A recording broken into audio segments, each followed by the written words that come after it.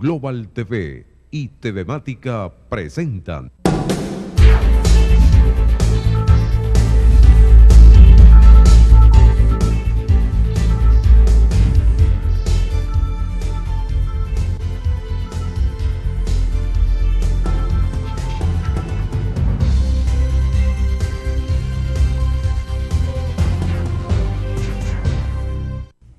Amigos, bienvenidos, ya listos para iniciar una conversación cortica con todos ustedes este día de mucho calor. Se dice que las cosas están complicadas. Bueno, siempre estos meses son fortísimos. Los estamos sintiendo más porque tenemos cortes en la electricidad y los zulianos nos estamos acostumbrados a esto. Siempre teníamos el confort de un servicio eléctrico que era sumamente bueno. Decíamos con orgullo que teníamos el mejor servicio de electricidad. ¿Y qué cambió? Bueno, era la misma empresa, es decir, el mismo propietario. En el BEN, el dueño es el Estado venezolano. Corpoelec es el Estado venezolano. ¿Qué cambia entonces? ¿Qué lo hace tan desfavorable? ¿Qué hizo que se deteriorara? Bueno, primero lo centralizaron y juntaron las cosas malas con las buenas.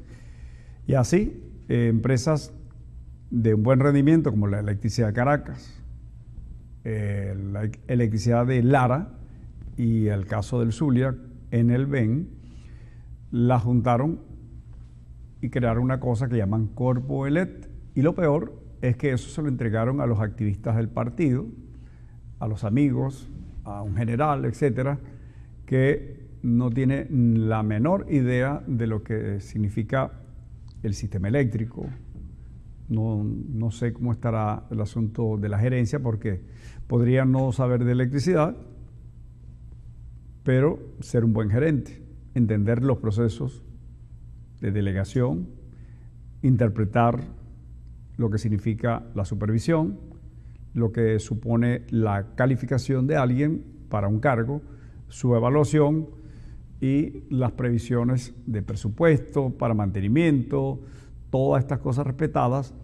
Y sobre todo un asunto muy importante que hay que rescatar en el país, porque cuánto daño le han hecho al patrimonio por el asunto de la ruptura con lo ético. La corrupción ha sido el caballo de Troya que ha penetrado en esta sociedad, y quiero decirlo con absoluta convicción, en la sociedad. Porque cuando el reparto de ese botín inmenso, en que se tradujo altos precios del petróleo y se creó o se mantuvo el control de cambio, bueno, descubrieron unos y otros que ahí había un botín y se hicieron de él con los mecanismos que fueron inventando. Las tarjetas prepagadas, las facturas abultadísimas de cosas que nunca vinieron, pero recibieron dólares preferenciales, en fin. Y entonces se repartían el que otorgaba, la mano que daba y la mano que recibía. Así es que ahí hay una combinación de cosas y hay más culpables de los que uno cree, y está mucho más allá del asunto de un partido, de una ideología. Y quiero unir eso a este asunto donde pareciera que tenemos que hacer una revisión cultural en lo que se refiere a ser audaz, a atreverse, a tomar la posición adelantada, a hacer cosas mientras el otro no se percata, a tomar asuntos que no le corresponden. La viveza criolla, meterse en la cola, a hacer cositas por allí. Ayer veía en una estación de servicio ahí en San Martín cómo el bombero se las arreglaba para tener por ahí unos amigos con unos carros esos grandes viejos que le van echando gasolina, la que le sobra, entre comillas, a alguien que no permite que el tanque llegue a su mínima expresión, sino que le van echando porque la gente teme que en algún momento no haya más gasolina. Entonces queda del cupo, porque hay un cupo. Le quedan 20 litros, 15 litros, no sé cuántos. Y esa gasolina, entonces los bomberos le dicen, mira, déjame que el señor lo necesita. Eso es un negocio. Es la viveza. Ese señor, un obrero, el que suministra ahí el combustible. En la mayoría de los países del mundo no hay nadie allí. Simplemente el conductor llega, toma el surtidor, pone su tarjeta de crédito o va a la taquilla y compra el monto de combustible que desea ponerle a su vehículo y ya está, no pasa más nada. Pero aquí hay gente que está en esto. Y entonces, como la gasolina es un producto subestimado en su precio, usted puede ponerle con una botellita de agua el costo de una botellita de agua 3, 4 veces, 6 veces, no sé cuántos tanques de gasolina. Es una distorsión enorme. Esa es la viveza. Entonces este tipo se aprovecha y coge la gasolina y se la va entregando a este señor, que luego sale con su carro y le dice, bueno, vengo más tarde o no, vengo a primera hora, y estaciona cerca de los surtidores y va viendo a ver a quién le quedó gasolina. Entonces le dice, acércate, y se la echa. Esa es la viveza. El señor es muy probable que gane muchísimo más dinero que el que transporta, el dueño de la estación, el poquito ingreso que recibe PDVSA, que no sirve para nada, porque la gasolina es muy costosa, aunque no paguemos nada por ella. ¿Quién paga? Bueno, paga, diríamos, el Estado. Eso podría ser una posición de viveza. Bueno, eso lo paga el Estado. Algunos llegan a estar tan alejados de la realidad que dicen que se lo paga el gobierno.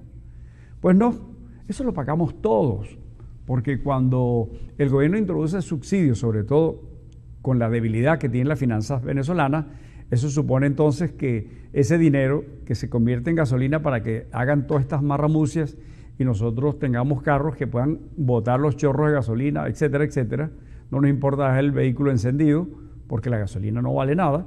Bueno, ese dinero es el pan que no podemos comprar porque se lo atrapa la inflación. Es la medicina que no encontramos en los hospitales. Son las carreteras que no reparan. Son los semáforos dañados. Es la mengua en la economía en general porque se está produciendo una hiperinflación. Y tiene que ver con eso, y lo tomo como ejemplo, el asunto de la gasolina y la viveza en que se envuelve todo esto. Eso hay que combatirlo. Son de las cosas que nosotros tenemos que alinearlos para renunciar a todo esto que contribuye a deteriorar nuestra condición de ciudadanos y, en consecuencia, ser un árbol frondoso para que ese bosque grande, poderoso, que dé sombras, que produzca oxígeno, que se llama una sociedad de ciudadanos, pueda entonces tener seguro de que no va a estar sujeto a que alguien venga y se aproveche de un descuido para quitarle la cartera, o si algo aparece en el suelo, no hay dueño, alguien lo toma para sí.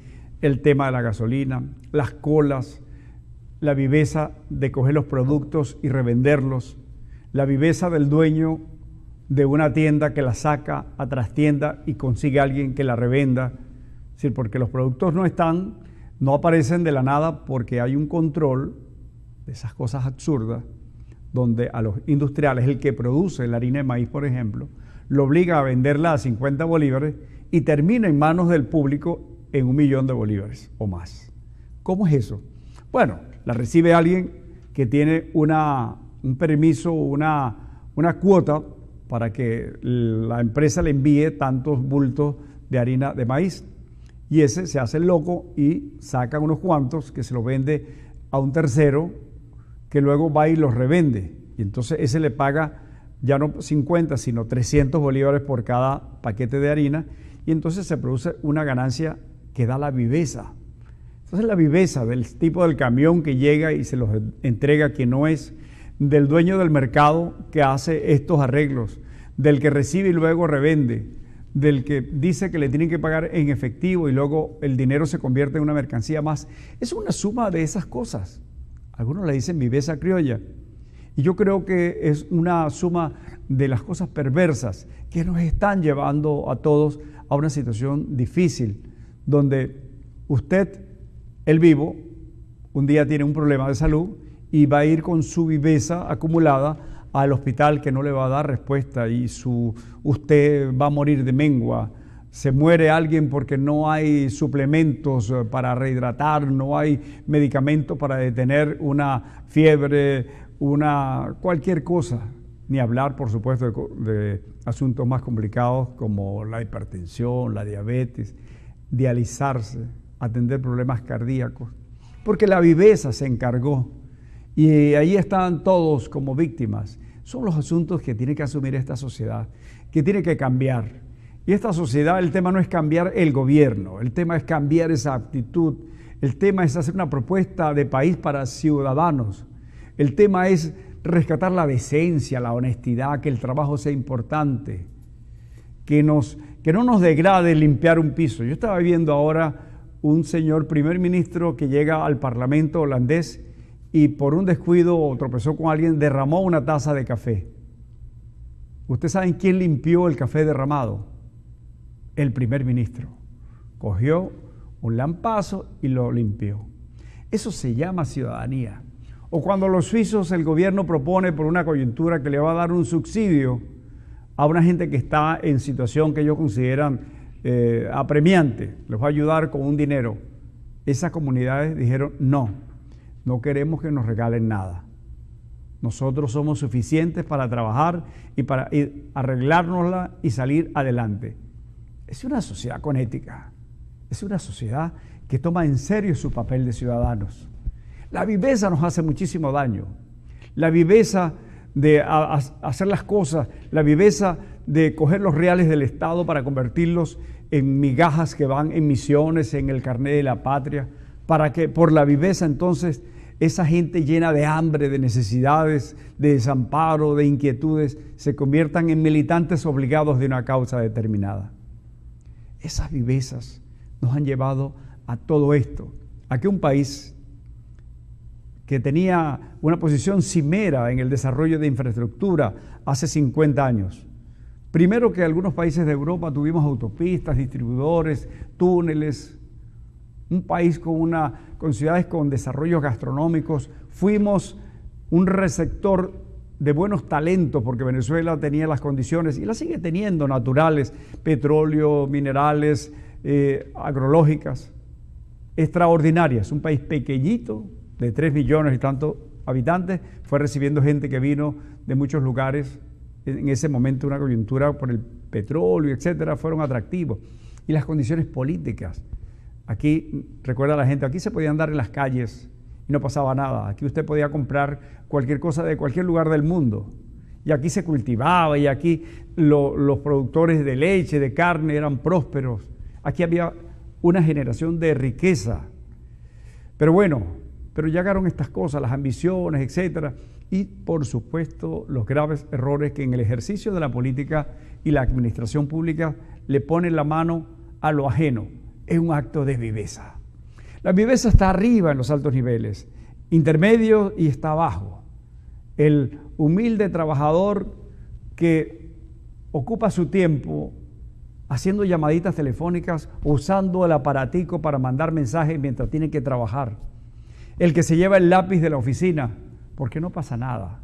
Se lo está robando, le está robando el tiempo a la empresa y se está robando algo muy importante, que es la estructura del ser humano, ese ser humano que forma parte de una sociedad y que hay que modelar y que hay que transformar. Si no, no vamos a salir de abajo nunca. Terminará este ciclo político y volveremos a lo mismo, con otros vivos. Y es lo que tenemos que evitar. Esta sociedad tiene que recomponerse, esta sociedad tiene que relanzarse. Claro, tenemos un problema colectivo desde el Río Grande hasta la Patagonia, esa viveza, la corrupción política, todos estos asuntos que modelan de alguna manera este asunto. Entonces los de arriba que quieren llegar, entonces compran conciencia y te ofrecen una casita o tal. ¿Pero a cambio de qué? Bueno, que tú votes por mí, tú te inscribas en el partido y yo te doy el carnet para que tengas una bolsita de alimentos. Es la viveza. Simplemente me están ofreciendo que yo vote por ellos, me inscriba en el partido y voy a comer chévere, una arepita gratis. Viveza. Viveza de aquel es mayor porque le está poniendo las manos a la administración de la cosa pública. Y se robaron todas estas cosas y por eso el país está en esta condición. Pero no se trata solo de aquel que desgarró el patrimonio nacional, sino de una serie de complicidades, pero que están allí en la entraña, en ese entramado ideológico, en esa falta de conciencia, en ese desmoronamiento de la condición del ciudadano. Tenemos que volver a ser una sociedad de trabajadores, no importa cuál sea el nivel. La gente tiene que entender que la honestidad, que el trabajo, que los valores, que la ética forman parte de las cosas que garantizan la vida, que garantizan que su familia, sus hijos, tendrán un buen futuro en una sociedad con prosperidad. De eso se trata. Tenemos que rescatar todas estas cosas. Y por cierto, ayer, cambiando de temas, se produjo la reunión de la OEA. Y yo quiero hablar después, vamos a ver quién nos puede analizar este asunto de la OEA. ¿Qué representa el que Venezuela salga de la OEA?